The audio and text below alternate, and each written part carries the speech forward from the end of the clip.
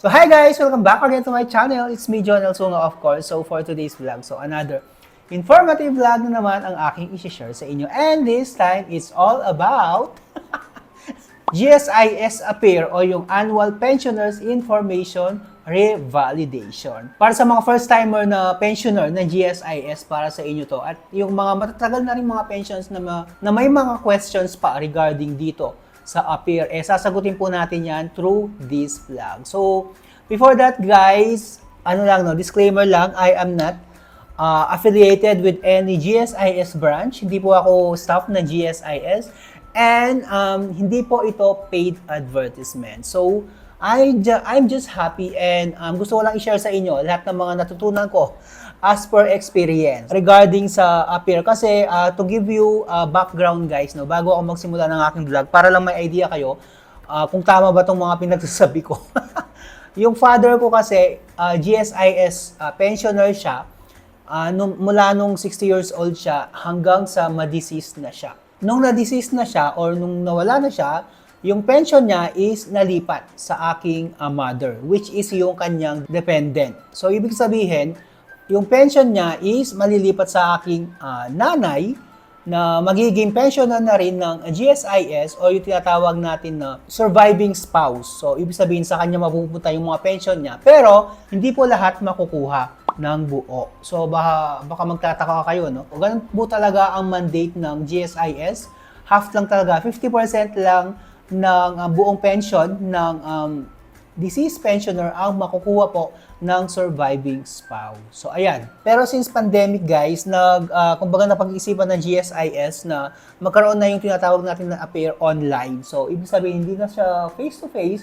Kumbaga, gagamitin na natin yung technology. Ginamit na nila yung advanced or modern technology natin through Facebook or through social media, Viber, at yung pinakabago na GSIS mobile app. Mag-download na kayo dahil importante po yun para sa ating pag-register sa Appear. So, ayan guys, yung mother ko, mula nung nape-pension na siya, ako lahat ng nag-aasikaso. So, most probably talaga, alam ko na yung mga step-by-step procedure, alam ko na lahat ng mga gagawin para makapag-Appear. Mandate na ng GSIS na every year, kailangan mag-report yung mga pensioner ng GSIS para malaman na buhay pa sila, na buhay pa yung pensioner. Kasi, once na na-deceased na or namatay na yung pensioner at tumatanggap pa ng pension yung namatay na pensioner, bawa sa family niya, tinatanggap pa ng family yung pension ng deceased pensioner. Lahat ng mga pension na kinuha after ma-deceased ng pensioner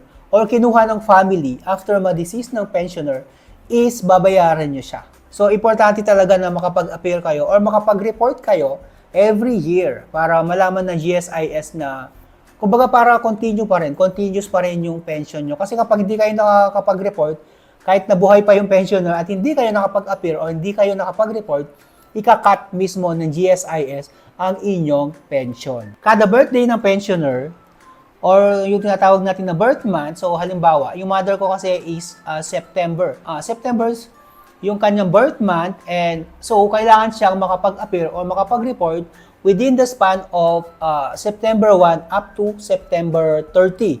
Yan. So kailangan between 1 to 30 makapag-report na yung mother ko dahil lumampas ng kahit isang araw lang or halimbawa hindi siya nakapag-report, yung buong September hindi siya nakapag-report at November pa siya nakapag-report, yung pension nyo ng September is hindi nyo makukuha. Ang mangyayari, kung kailan kayo makakapag-report, halimbawa, November na kayo nakapag-report, yung moment na hindi pa kayo makakapag-report, ika-cut ng GSIS yung pension na yon.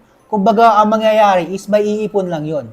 So, once na nakapag-report na kayo, kahit sabihin natin 2 months delayed na kayo or 1 month, so lahat ng mga hindi nakuhang pension is may iipon at makukuha lang yon after nyong makapag-report. No worries, sa mga magtatanong na, halimbawa, birth month nila at hindi pa sila nakapag-apply for Appear, wag po kayong mag-aalala dahil hindi naman po makakat yung pension nyo. Ang mangyayari lang is madedelayed lang siya at makukuha niya siya after nyong makapag-Appear. So, ayan guys. Ngayon kasi, since online na lahat, lahat ng mga process is pwede natin gawin online. So, ang pinakamadaling paraan is yung tinatawag natin na GSIS app. So, ayan. Although recommended ko talaga to, yung mag-download kayo ng GSIS Touch mobile app. Pero if ever na gusto nyo ng, kumbaga gusto nyo lumabas or mag face-to-face, pwede naman guys, pumunta lang kayo sa pinakamalapit na kiosk or any branch ng GSIS at doon kayo magpasa ng mga requirements kinakailangan. Usually ano lang naman yung valid ID, yung senior citizen at yung e-card nyo. Guys, at yung, of course, yung appearance nyo. Dahil kailangan nun ng thumb mark at yung facial recognition ba, kumbaga yung present nyo yung kailangan, yung pipicturean kayo for ID. So yan guys, punta na tayo dito sa ating GSIS Touch mobile app. Pagka naka-download na kayo guys ng GSIS Touch, meron kayong makikita dito sa pinaka lower left part ng inyong app is yung appear. Ayan, so i-click lang natin to guys. So pagka-click nyo guys, ito na. Sabi dito, welcome to Appear of GSIS Touch. Bukod sa GSIS Touch guys, no, meron pang ibang paraan para makapag-appear.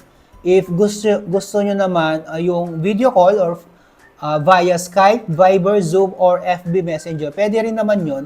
Ang gagawin nyo lang is makipag-ugnayan lang kayo sa pinakamalapit na branch and then kunin nyo yung kanilang contact number o yung Facebook Messenger at doon kayo mag-message. I-message nyo lang ang inyong complete name, address, birthday, CRN, at yung type of pension, either surviving spouse o yung pensioner kayo or yung surviving spouse. Ganun lang yung gagawin nyo guys, i-send nyo lang sa kanila sa contact number nila or contact email, Facebook, and magre-respond sila within 5 working days, doon yung pinaka-process. So, medyo matagal siya. Although, hindi naman hassle kasi nga online lang.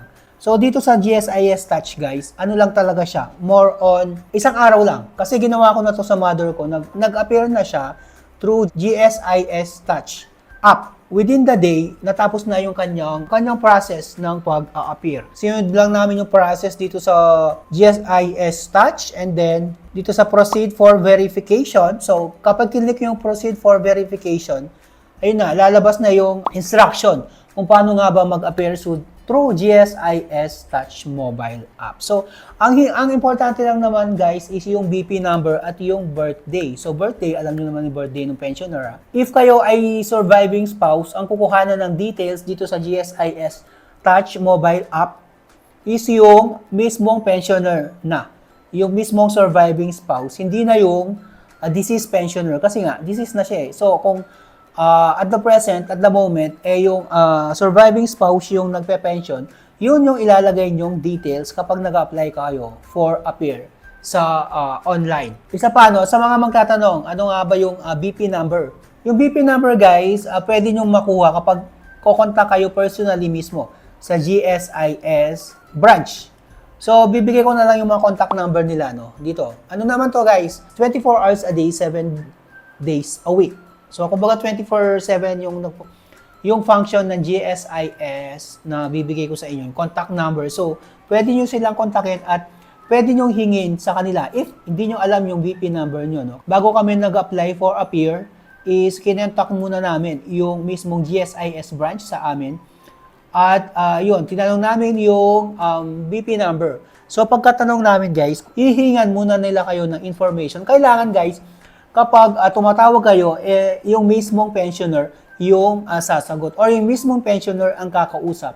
Dahil hindi pwede yung halimbawa ako yung kakausap, ako yung magtatanong ng BP number para sa aking mother na kailangan niya. Hindi pwede guys, kailangan yung mismong pensioner ang makikipag-usap at kukuha ng BP number. So once na nakuha nyo na ang inyong BP number at yung birthday, yun lang yung gagamitin sa pag-apply for GSIS appear through GSIS Touch. Yun, after nun is yung facial verification. So, 3 step lang siya talaga, guys. So, very convenient talaga siya, guys, in just a snap.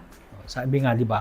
Ganun lang siya kadali. Importante po talaga na makapag-report kayo at makapag-appear. So, wag nyong imi-miss ang pagre-report. So, ayan guys. So, hopefully nakatulong tong vlog ko na to. And if may mga question po kayo, don't forget to comment down below. Sasagutin po natin yan sa abot ng ating makakaya.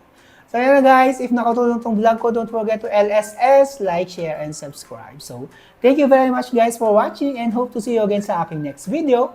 Ito po rin si Jonel.